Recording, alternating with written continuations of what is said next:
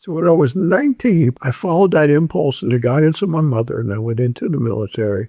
And I enlisted in the Air Force because they offered me an opportunity to get into airframe repairing. I was selected for the 428th Tactical Fighter Squadron, which was being formed at Nellis Air Force Base in Las Vegas in 1967, doing our ORI training, our operational readiness. And when we were inspected and passed, we were all moved in March of 1968 to Takhli, Thailand. The squadron started flying combat flights into Vietnam from Takhli, Thailand. Now, that particular first assignment, this was the first F-111s that the Air Force had taken from General Dynamics.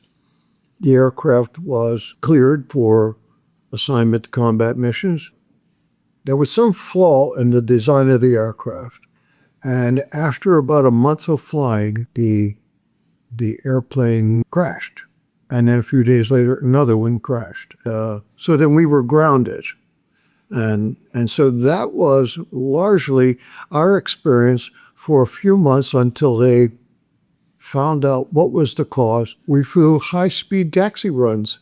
We would run the aircraft exactly like we would run everything every day, exactly like the planes were being launched for combat, except that they would be raced down the runway, and then they would be returned to their revetments, and they would be parked. But it was important to keep the engines rotating.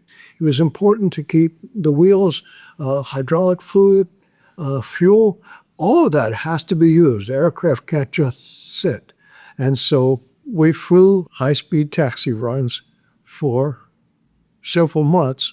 Took a bit of ridicule about it, but we took it on the chin and just did our mission. And our mission was to keep this aircraft functional until they figured out what was the cause of the loss of ability to fly, is stay in the air. So anyway, that was our mission: 100 high-speed taxi runs, and we took it seriously. And if that's what you do, that's what you do.